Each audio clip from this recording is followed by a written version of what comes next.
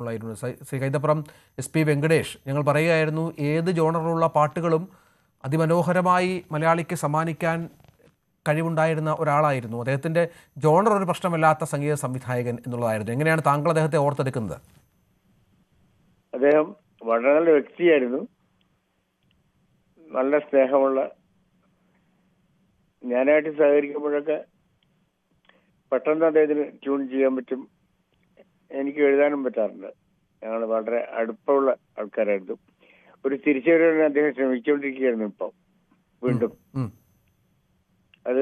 അതിലും ഞാൻ പങ്കെടുക്കാന്ന് പറഞ്ഞിരുന്നു അദ്ദേഹത്തിനോട്. എന്നോട് ഞാനായിട്ട് സംസാരിച്ചിരുന്നു. എനിക്ക് മറക്കാൻ പറ്റാത്ത ഒരുപാട് പടങ്ങൾ, പൈതൃകം, കൗരവര്, പിന്നെ വാത്സല്യം, മറക്കാൻ പറ്റാത്ത പടങ്ങളാണ് വെങ്കടേഷായിട്ട് വർക്ക് ചെയ്തിട്ടുള്ളത്. ഞങ്ങൾക്ക് ഒരുമിച്ച് സ്റ്റേറ്റ് അവാർഡ് കിട്ടിയിട്ടുണ്ട് പൈതൃകത്തിന്. അദ്ദേഹത്തിന് കിട്ടിയ ആദ്യത്തെ സ്റ്റേറ്റ് അവാർഡാണ്, എൻ്റെ ആദ്യത്തെ സ്റ്റേറ്റ് അവാർഡാണ് വാൽക്കണ്ണൻ എഴുതിയ മകരവിലാവ് എന്ന പാട്ട്. ഈ സോപാനവും താങ്കളോടൊപ്പം പ്രവർത്തിച്ച അതിൽ മനോഹരമായ പാട്ടാണ് സോപാനം. താരനൂപുരം ചാർത്തി. അതെ, താരനൂപുരമൊക്കെ മനോഹരമായ പാട്ടാണ്. അതെ, അതിന്റെ പ്രത്യേകത എന്തായിരുന്നു? നമ്മൾ ട്യൂൺ ചെയ്ത് എഴുതുന്ന ഒരു രീതി ആയിരുന്നു അതോ? അതായിരുന്നു അതായത് മലയാളം അറിയില്ല ശരിക്കും, പക്ഷെ മലയാളം മനസ്സിലാവുകയൊക്കെ ചെയ്തിരുന്നു സുഖമായിട്ട്.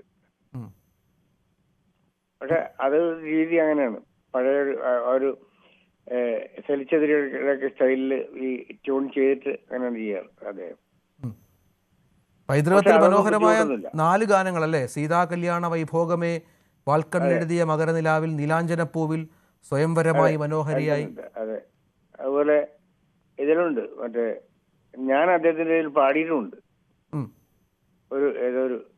ഒരു പാട്ട് ഞാൻ പാടിയിട്ടുണ്ട് അദ്ദേഹത്തിന്റെ മ്യൂസിക്കില്. അത് ഓർമ്മയുണ്ടോ അങ്ങേക്ക്? ആ പാട്ട് ഏതാണെന്ന് എനിക്ക് ഓർമ്മയില്ല, ഓർമ്മയില്ല. വാത്സല്യത്തിലൂടെ അദ്ദേഹം താമരക്കണ്ണൻ എല്ലാം നല്ല പാട്ടുകൾ. അതെ, ഒരു മനോഹരമായ ഒരു താരാട്ട് പാട്ട് സമ്മാനിച്ചു മലയാളിക്ക്. താമരക്കണ്ണൻ ഉറങ്ങേണം. അതെ, എത്ര സിനിമകൾ ഒരു ജോലി ചെയ്തിട്ടുണ്ടാവും അദ്ദേഹവുമായി? ഒരു 20 കഴിഞ്ഞിട്ടുണ്ടാവും ഉറപ്പാ. അതെ, 20 ചെയ്തിട്ടുണ്ടാവും. അദ്ദേഹത്തിന്റെ പ്രത്യേകതയായി തിരുമേനിക്ക് മനസ്സിലായ എന്താണ്? അദ്ദേഹത്തിന് പെട്ടെന്ന് ചെയ്യാൻ പറ്റും, മാറ്റി ചെയ്യാൻ പറ്റും ട്യൂണ്. ഒരെണ്ണം ഇഷ്ടമായില്ല എന്ന് പറഞ്ഞാൽ ചെയ്യും, മാറ്റും ആണെങ്കിൽ. പിന്നെ ഞാനായിട്ട് എപ്പോഴും കൃത്യമായിട്ട് ചർച്ച ചെയ്തിട്ടാണ് ചെയ്യുക. വളരെ നല്ല അടുപ്പാണ് അദ്ദേഹത്തിന്റെ, എല്ലാവരോടും സ്നേഹമാണ്.